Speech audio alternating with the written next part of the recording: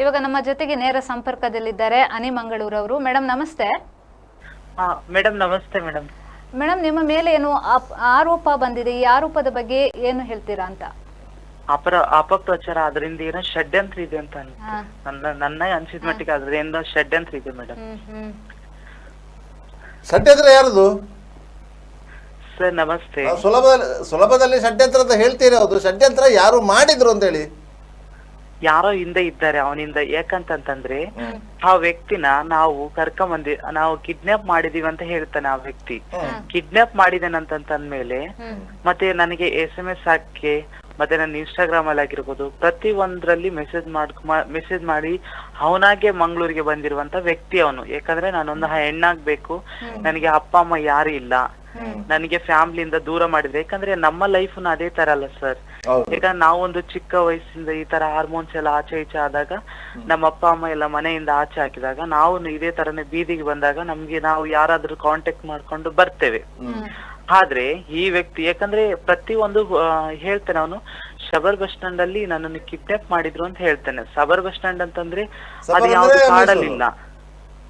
ಕಾಡಲ್ಲಿಲ್ಲ, ಅದೊಂದು ನಾಡಲ್ಲಿದೆ. ಅಲ್ಲಿ ಪ್ರತಿ ಒಂದು CCTV ಫುಟೇಜ್ ಇದ್ದೇ ಇರುತ್ತೆ. ಅಲ್ಲೆಲ್ಲ ಚೆಕ್ ಮಾಡಿ ಹೇಳ್ಬೇಕು ಅವನು. ಮತ್ತೆ ಇಲ್ಲಿ ಮಂಗಳೂರಿಗೆ ಬಂದು ಅಂದ್ರೆ ಅವನು ಹೇಳ್ತಾನೆ. ಮತ್ತೆ ಇನ್ನೊಂದು ನ್ಯೂಸ್ ಏನ್ ಹೇಳ್ತಾನಂತಂದ್ರೆ 6 ತಿಂಗಳ ನನ್ನನ್ನು ಮಂಗಳೂರಲ್ಲೇ ಬಂಧಿಸಿದ್ರು, ನನ್ನನ್ನು ಕೂಡಾಕಿದ್ರು, ನಾನು ಹೇಗೋ ತಪ್ಸ್ಕೊಂಡ್ ಬಂದೆ ಅಂತ ಹೇಳ್ತಾನೆ. 6 ತಿಂಗಳಲ್ಲಿ ಅವನು 3-4 ಸಲ ಅವನು ಮಂಗಳೂರಿಗೆ ಮತ್ತೆ ಮೈಸೂರಿಗೆಲ್ಲ ಓಡಾಡಿದಾನೆ. ಅದನ್ನೆಲ್ಲ ತನಿಖೆ ಆಗ್ಬೇಕಲ್ಲ ಮೇಡಮ್. ಮತ್ತೆ ಅದಾಯ್ತು, ಮತ್ತೆ ಅವನು ಹೋಗೋದು ಬರೋದು ಈ ತರ ಎಲ್ಲ ಕೆಲಸ ಮಾಡ್ತಾ ಇದ್ದೆ. ಮತ್ತೆ ಇನ್ನೊಂದು ಹೇಳ್ತಾನೆ, ಈ ವ್ಯಕ್ತಿ ಇಟ್ಕೊಂಡು ನಾವು ಲಕ್ಷ ಸಂಪಾದನೆ ಮಾಡ್ತಿದ್ವಂತೆ. ಈ ಲಕ್ಷ ಸಂಪಾದನೆ ಮಾಡೋದು ತುಂಬಾ ಗಂಭೀರ ಅಂತಂದ್ರೆ ಈ ವ್ಯಕ್ತಿನ ತಗೊಂಡು ನಾವು ಲಕ್ಷ ಯಾಕಂದ್ರೆ ಇವನು ಬಂದಿರೋದು ಅಪ್ಪ ಅಮ್ಮ ಯಾರಿಲ್ಲ ಅಂತ ಹೇಳಿ, ನಾನೊಂದು ಹೆಣ್ಣಾಗ್ಬೇಕು, ನಾನು ಟ್ರಾನ್ಸ್ಜೆಂಡರ್ ಆಗ್ಬೇಕಂತ ಹೇಳಿ ಹೇಳ್ಕೊಂಡು ಬಂದಿರೋಂತ ವ್ಯಕ್ತಿಗೆ ಇನ್ನು ಯಾವ್ದು ಸರ್ಜರಿ ಆಗಿಲ್ಲ, ಏನಾಗಿಲ್ಲ. ಇವನನ್ನು ನಾವು ಲೈಂಗಿಕ ವೃತ್ತಿಗೆಲ್ಲ ನಿಂದ್ರಿಸಿ ಲಕ್ಷ ಸಂಪಾದನೆ ಮಾಡ್ತಿದ್ವಿ ಅಂತ. ಹಾಗಾದ್ರೆ ಈ ವ್ಯಕ್ತಿಗೆ ಇವನನ್ನು ಯೂಸ್ ಮಾಡ್ಕೊಳ್ಳಿಕ್ಕೆ ಲಕ್ಷ ಕೊಟ್ಟು ಇವನ್ ಜೊತೆ ಅಂದ್ರೆ ಈ ಜೊತೆ ಇರುವಂತ ವ್ಯಕ್ತಿ ಯಾರು ಅಂತನೂ ನಮ್ಗೆ ಗೊತ್ತಾಗ್ಬೇಕು. ಮತ್ತೆ ಅವ್ನು ಇನ್ನೊಂದ್ ಮಾತು ಹೇಳ್ತಾನೆ, ನನ್ನನ್ನು ಕಿಡ್ನಾಪ್ ಮಾಡಿದ್ರು ಹಾಗೆ ಹೀಗೆ ಅಂತ ಪ್ರತಿಯೊಂದು ಹೇಳ್ತಾನೆ. ಕಲೆಕ್ಷನ್ಗೆಲ್ಲ ಕರ್ಕೊಂಡು ಹೋಗ್ತಿದ್ರು ಅಂತ ಹೇಳ್ತಿದ್ದಾನೆ. ಕಿಡ್ನಾಪ್ ಮಾಡಿದಾಗ ನಾವು ಸಾರ್ವಜನಿಕ ಪ್ರದೇಶದಲ್ಲಿ ಓಡಾಡ್ತಿರ್ಬೇಕಾದ್ರೆ ಅವನಿಗೆ ಜೋರಾಗಿ ಹೇಳ್ಬೋದಾಗಿತ್ತಲ್ಲ, ಇವ್ರು ನನ್ನನ್ನು ಕಿಡ್ನಾಪ್ ಮಾಡ್ತಿದ್ದಾರೆ, ನನ್ನನ್ನು ಕಾಪಾಡಿ ಅಂತ ಹೇಳ್ಬೋದಾಗಿತ್ತಲ್ಲ. ಆ ವ್ಯಕ್ತಿ ಯಾಕೆ ಹೇಳಿಲ್ಲ? ಮತ್ತೆ ಇನ್ನೊಂದು, ನಾವು ಮನೇಲಿ ಇರುವುದಂದ್ರೆ ಬಾಡಿಗೆ ಮನೆಯಲ್ಲಿ, ನಮ್ಮ ಓನರ್ ಎಲ್ಲ ಮನೆಯಲ್ಲಿ ಹೋಗೋದು ಬರೋದೆಲ್ಲ ಮಾಡ್ತಾ ಇರ್ತಾರೆ. ಹೋಗೋದು ಬರೋದೆಲ್ಲ ಮಾಡ್ತಿರ್ಬೇಕಾದ್ರೆ ಓನರ್ ಹತ್ರ ಆದ್ರೆ ಹೇಳ್ಬೋದಾಗಿತ್ತಲ್ಲ ಕಿಡ್ನಾಪ್ ಮಾಡಿದಾರಂತ. ಯಾಕೆ ಆ ವ್ಯಕ್ತಿ ಹೇಳಲಿಲ್ಲ?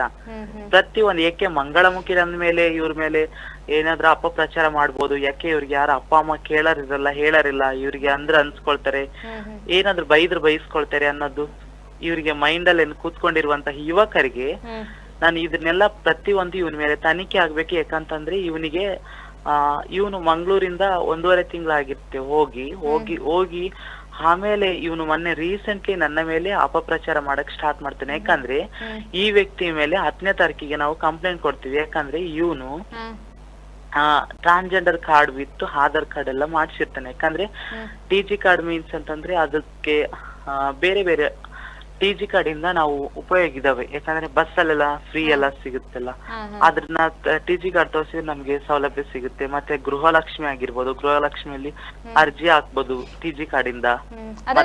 ಮಾಡಿಕೊಟ್ಟವರು ಯಾರು ಈ DG ಕಾರ್ಡ್ ಗಳನ್ನೆಲ್ಲ? ಏನ್ ಮೇಡಮ್? DG ಕಾರ್ಡ್ ಗಳನ್ನ ID ಕಾರ್ಡ್ ಗಳನ್ನೆಲ್ಲ ಮಾಡಿಕೊಟ್ಟಿರೋದು ಯಾರು? ಈ ವ್ಯಕ್ತಿ. ಯಾಕಂದ್ರೆ ನಾಸಾ ಪ್ರಕಾರ ಅಂತಂದ್ರೆ ಒಬ್ಬ ವ್ಯಕ್ತಿ ನಾನು ಒಂದು ಟ್ರಾನ್ಸ್ಜೆಂಡರ್ ಅಂತ ಹೇಳ್ಕೊಂಡು ನಾನು ಒಪ್ಪಿಕೊಂಡು ಬಂದಿರುವಂತ ವ್ಯಕ್ತಿ ಅವನು. ತಾಂತ್ರಿಕ ದೋಷದಿಂದ ಕರೆಯನ್ನು ಕಟ್ಟಾಗಿದೆ. ಈಗ ಮತ್ತೆ ನೇರ ಸಂಪರ್ಕದಲ್ಲಿದ್ದಾರೆ ಅನಿ ಮಂಗಳೂರು ಅವರು. ಮೇಡಮ್ ಧ್ವನಿ ಕೇಳಿಸ್ತಿದ್ಯಾ? ಹಾ ಮೇಡಮ್ ಕೇಳಿಸ್ತಿದೆ. ಅದೇ ಕಾರ್ಡ್ ಅಂದ್ರೆ ಅವರಿಗೆ ಗುರುತಿನ ಚೀಟಿಯನ್ನ ಯಾರು ಮಾಡಿಕೊಟ್ಟಿರೋದು ಅಂತ? ಹೌದು ಮೇಡಮ್, ಏನ್ ಗೊತ್ತಾ ಮೇಡಮ್, ಅಫಿಡವಿತ್ತು ಮತ್ತೆ ನಾಸಾ ಪ್ರಕಾರ, ಯಾಕಂದ್ರೆ ನಾವು ಯಾರಿಗೆ ಪ್ರಶ್ನೆ ಮಾಡುವ ಹಕ್ಕಿಲ್ಲ. ಯಾಕಂದ್ರೆ 18 ವರ್ಷದ ಒಳಪಟ್ಟವನಿಗೆ ಆದ್ರೆ ನಾವು ಪ್ರಶ್ನೆ ಮಾಡಿ ತನಿಖೆ ಮಾಡ್ಬೋದು. ಆದ್ರೆ ಅವನು ಮನಸ್ಪೂರ್ವಕವಾಗಿ ನನ್ನನ್ನು ಮಂಗಳಮುಖಿ ಅಂತ ಹೇಳಿದ್ಮೇಲೆ ಯಾರಿಗೂ ನಾವು ಪ್ರಶ್ನೆ ಮಾಡುವ ಅಧಿಕಾರ ಇರಲ್ಲ ಮೇಡಮ್. ಹಾಗಾಗಿ ಅಫಿಡವಿತ್ ಎಲ್ಲ ಮಾಡಿಸ್ಕೊಂಡು ಅವನು ಸಿಗ್ನೇಚರ್ ಅಲ್ಲಿ ಇರುತ್ತೆ, ನಾನು ಸಂಪೂರ್ಣ ಒಂದು ಮಂಗಳಮುಖಿಯಾಗಿ ನಾನು ಬದಲಾವಣೆ ಆಗ್ತಾ ಇದ್ದೀನಿ ಅಂತ ಹೇಳಿ ಅಫಿಡವಿತ್ ಎಲ್ಲ ಮಾಡಿಸ್ಕೊಳ್ತಾನೆ. ಮಾಡಿಸಿ ಕೊಟ್ಟಾಗ ಮತ್ತೆ ಮಹಿಳಾ ಮಕ್ಕಳ ಕಲ್ಯಾಣ ಇಲಾಖೆದವರಿಗೂ ಪ್ರಶ್ನೆ ಮಾಡ್ಲಿಕ್ಕೆ ಆಗಲ್ಲ, ಮತ್ತೆ ಬೇರೆ ಅವರು DC ಅವರಿಗೂ ಪ್ರಶ್ನೆ ಮಾಡ್ಲಿಕ್ಕೆ ಆಗಲ್ಲ. ಯಾಕಂದ್ರೆ ಇವನು ಮನಸ್ಪೂರ್ವಕವಾಗಿ ನಾನೇ ಮಂಗಳಮುಖಿ ಆಗ್ತಾ ಇದ್ದೀನಿ ಅಂತ ಹೇಳಿ ಅಫಿಡವಿತ್ ಮಾಡಿಸಿದಾಗ ಯಾರಿಗೂ ಪ್ರಶ್ನೆ ಮಾಡ್ಲಿಕ್ಕೆ ಆಗಲ್ಲ ಮೇಡಮ್. ಆ ಮೆಂಟಲಿ ಇವನು ಅಂದ್ರೆ ಒಂದು 2-3 ದಿನ ಡಾಕ್ಯುಮೆಂಟ್ಸ್ ಆಗಿ ಒಂದು ವಾರದಲ್ಲಿ ಅವನು ಊರಿಗೆ ಹೋಗ್ತಾನೆ. ಊರಿಗೆ ಹೋಗಿ ಏನ್ ಮಾಡ್ತಾನಂತಂದ್ರೆ, ನಾವು ಇವನು ಹೋಗೋದು ಬರೋದೆಲ್ಲ ಮಾಡ್ತಾನೆ, ಹಾಗೆ ಇರ್ಬೋದು ಅಂತ ನಾವು ತಿಳ್ಕೊಂಡಿದ್ದು. ಊರಿಗೆ ಹೋಗಿ ಅಲ್ಲೇ ಇದ್ದು ಮತ್ತೆ ಆಮೇಲೆ ಸ್ವಲ್ಪ ದಿನ ಆದ್ಮೇಲೆ ನಮ್ಗೆ ಫೋನ್ ಮಾಡಕ್ ಸ್ಟಾರ್ಟ್ ಮಾಡ್ತಾನೆ. ಹಾಗೆ ಹೀಗೆ ಹಾಗೆ ಅಂತ ತುಂಬಾ ಅಪಪ್ರಚಾರ ಮಾಡಕ್ ಸ್ಟಾರ್ಟ್ ಮಾಡ್ತಾನೆ. ಅಂದ್ರೆ ಮೈಸೂರಲ್ಲಿ ಕೂಡ ಏನೋ ಅಮೌಂಟ್ ಹಾಕಿ ಅಂತ ಹೇಳಿ ಕೇಸ್ ಕೊಟ್ಟಿದ್ದಾರೆ ಹೇಗೆ ಅಂತ. ಏನ್ ಮೇಡಮ್? ಮೈಸೂರಿನಲ್ಲಿ ಕೂಡ ಇಲ್ಲ ಮೇಡಮ್, ಫಸ್ಟಿಗೆ ನಾವು ಫಸ್ಟ್ ಇವನ ಮೇಲೆ ಕಂಪ್ಲೇಂಟ್ ಕೊಟ್ಟಿರೋದು ಮಂಗಳೂರಲ್ಲಿ ಕಂಕನಾಡಿ ಸ್ಟೇಷನ್ ಅಲ್ಲಿ. ಯಾಕೆ ಕೊಟ್ಟಿದೀವಿ ಅಂತಂದ್ರೆ, ಈ ವ್ಯಕ್ತಿ ಯಾಕಂದ್ರೆ ನಾನು ಹುಡುಗ ಆಗ್ತೇನೆ ಅಂತ ಹೇಳ್ತಾನೆ. ಹುಡುಗ ಆಗ್ತಾನೆ ಅಂತ ಹೇಳಿದ್ಮೇಲೆ ಇವನು ಹುಡುಗನಾಗ್ಲಿ ಟ್ರಾನ್ಸ್ಜೆಂಡರ್ ಆಗ್ಲಿ ನಮ್ಗೆ ಕೇಳುವಂತ ಅಧಿಕಾರ ಇರಲ್ಲ. ಅವನನ್ನ ಇಷ್ಟ, ಅದು ಜೆಂಡರ್ ಬಗ್ಗೆ ಅವನು ಗುರುತಿಸ್ಕೊಳ್ತಾ ಇದ್ದಾನೆ ಅಂತಂದ್ರೆ ಅವನನ್ನ ಇಷ್ಟ. ಯಾಕಂತಂದ್ರೆ ಇವನು TG ಕಾರ್ಡ್ ಆಗಿರ್ಬೋದು ಮತ್ತೆ ಪ್ರತಿಯೊಂದು ಸೇವಲ್ ಸವಲತ್ತುಗಳು ಒಂದು ಮಂಗಳಮುಖಿಗೆ ಮಾತ್ರ ಸೀಮಿತ ಆಗಿರ್ಬೇಕು, ಈ ವ್ಯಕ್ತಿಗೆ ಸೀಮಿತ ಆಗ್ಬಾರ್ದು ಅಂತ ಹೇಳಿ ನಾನು ಕಂಕನಾಡಿ ಸ್ಟೇಷನ್ ಅಲ್ಲಿ ಕೊಡ್ತೇನೆ. ಯಾಕಂದ್ರೆ TG ಕಾರ್ಡ್ ಎಲ್ಲ ತಂದು ಕೊಡ್ಬೇಕು, ದಾಖಲೆಗಳೆಲ್ಲ ವಾಪಸ್ಸು ಕೊಡ್ಬೇಕು ಒರಿಜಿನಲ್ ಅಂತ ಹೇಳಿ ನಾನು ಕಂಪ್ಲೇಂಟ್ ಕೊಟ್ಟಾಗ ಈ ಯುವಕ ಏನ್ ಮಾಡ್ತಾರೆ ಅಂತಂದ್ರೆ, ನೆಕ್ಸ್ಟ್ 2 ದಿನ ಪೊಲೀಸರೆಲ್ಲ ಕೇಳಕ್ ಸ್ಟಾರ್ಟ್ ಮಾಡ್ತಾರೆ. ಬಂದು ಅವು ಎಲ್ಲ ಸಬ್ಮಿಟ್ ಮಾಡಿ ಹೋಗಪ್ಪ ಡಾಕ್ಯುಮೆಂಟ್ಸ್ ಎಲ್ಲ, ಯಾಕಂದ್ರೆ ನೀನು ಮಂಗಳಮುಖಿ ಅಲ್ಲ ಅಂತ ಹೇಳ್ಕೊಂಡಿದ್ಯಲ್ಲ, ಮತ್ತೆ ಯಾಕೆ ನಿನಗೆ ಮಂಗಳಮುಖಿ ಅವ್ರೆಲ್ಲ ಡಾಕ್ಯುಮೆಂಟ್ಸ್ ಎಲ್ಲ ಇಟ್ಕೊಂಡು ಓಡಾಡ್ತಿ, ಅವ್ರಿಂದ ಏನೇನು ಸೌಲಭ್ಯಗಳು, ಯಾಕಂದ್ರೆ ನಿಮ್ಮಂತ ಯುವಕರಿಗೆಲ್ಲ ಸಿಗದ್ ಬೇಡ. ನಮ್ಮ ಮಂಗಳಮುಖಿ ಸಮುದಾಯದಲ್ಲಿ ಎಷ್ಟೋ ಜನಗಳು ವಂಚಿತರಾಗ್ತಾ ಇದ್ದಾರೆ ಪ್ರತಿ ಒಂದ್ರಲ್ಲಿ, ನಿಮ್ಮಂತರಿಗೆ ಸಿಗದ್ ಬೇಡ, ವಾಪಸ್ ತಂದು ಕೊಡಿ ಅಂತಂದು ಕೇಳಿದಾಗ ಅವನು ಏನ್ ಮಾಡ್ತಾನಂದ್ರೆ 2-3 ದಿನ ಸರ್ ಬರ್ತೇನೆ, ಇವತ್ ಬರ್ತೇನೆ, ನಾಳೆ ಬರ್ತೇನೆ ಅಂತ ಹೇಳಿ ನೆಕ್ಸ್ಟ್ ಡೇ ಏನ್ ಮಾಡ್ತಾನೆ, ನಮ್ಮ ಮೇಲೆನೆ ಉಲ್ಟಾ ಕಂಪ್ಲೇಂಟ್ ಕೊಡಕ್ ಹೋಗ್ತಾನೆ. ಕಂಪ್ಲೇಂಟ್ ಕೊಟ್ಟು ಮೀಡಿಯಾದಲ್ಲಿ ಮಾತಾಡಕ್ ಸ್ಟಾರ್ಟ್ ಮಾಡ್ತಾನೆ. ಮೀಡಿಯಾದಲ್ಲಿ ಮಾತಾಡಕ್ ಸ್ಟಾರ್ಟ್ ಮಾಡಿದ್ಮೇಲೆ ನಾವು ಪ್ರತಿಯೊಂದು ಇವ್ನ್ ಯಾಕೆ ಈ ತರ ಮಾತಾಡ್ತಾನೆ ಅಂತ ನನಗೂ ತುಂಬಾ ಬೇಜಾರಾಯ್ತು. ಮತ್ತೆ ಲಸ್ಕರ್ ಪೊಲೀಸ್ ಸ್ಟೇಷನ್ ಅಲ್ಲಿ ನಮ್ಮ ಮೇಲೆ ದೂರು ಕೊಡ್ತಾನೆ. ದೂರು ಕೊಟ್ಟಾಗ ನಾವು ಹೋಗ್ತೇವೆ, ಆ ದೂರಿನವಾಗಿ ಹೋಗಿ ಮಾತಾಡಿ ಮೇಡಮ್ ಹತ್ರ ಮಾತಾಡಿ ಎಲ್ಲ ಕೇಳ್ತೇವೆ. ಯಾಕಂದ್ರೆ ನಮ್ಗೆ ಇವನು ನಾವು ಕಿಡ್ನಾಪ್ ಮಾಡುವಂತದ್ದು ನಮ್ಗೆ ನಿಂತಿದೆ. ಯಾಕಂದ್ರೆ ಅಷ್ಟು ಬಂದವರಿಗೆ ಅನ್ನ ಕೊಡುವಂತದ್ದು ನಮ್ದು ಧರ್ಮ.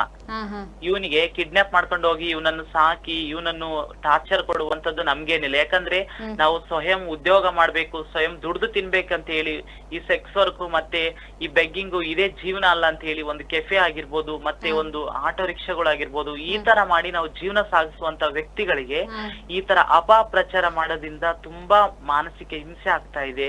ಇದರಿಂದ ಯಾರೋ ಷಡ್ಯಂತ್ರ ಆಗ್ತಾ ಇದೆ ಅಂತ ಅನಿಸ್ತಿದೆ. ಯಾಕಂದ್ರೆ ಈ ಮನುಷ್ಯ 1.5 ತಿಂಗಳಾದ್ರೂನು 1 ತಿಂಗಳ ಮೇಲೆ ಆದ್ಮೇಲೆ ಅವನು ಅವಾಗೆ ಕಂಪ್ಲೇಂಟ್ ಕೊಡ್ಬೋದಾಗಿತ್ತಲ್ಲ, ಇವನ್ನ ಕಿಡ್ನಾಪ್ ಮಾಡಿದೀವಿ ಅಂತ ಹೇಳಿ 1 ತಿಂಗಳು ಮುಂಚೆನೆ complaint ಕೊಡ್ಬೋದಾಗಿತ್ತು.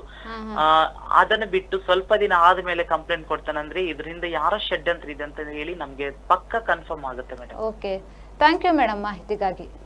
Thank you so much madam.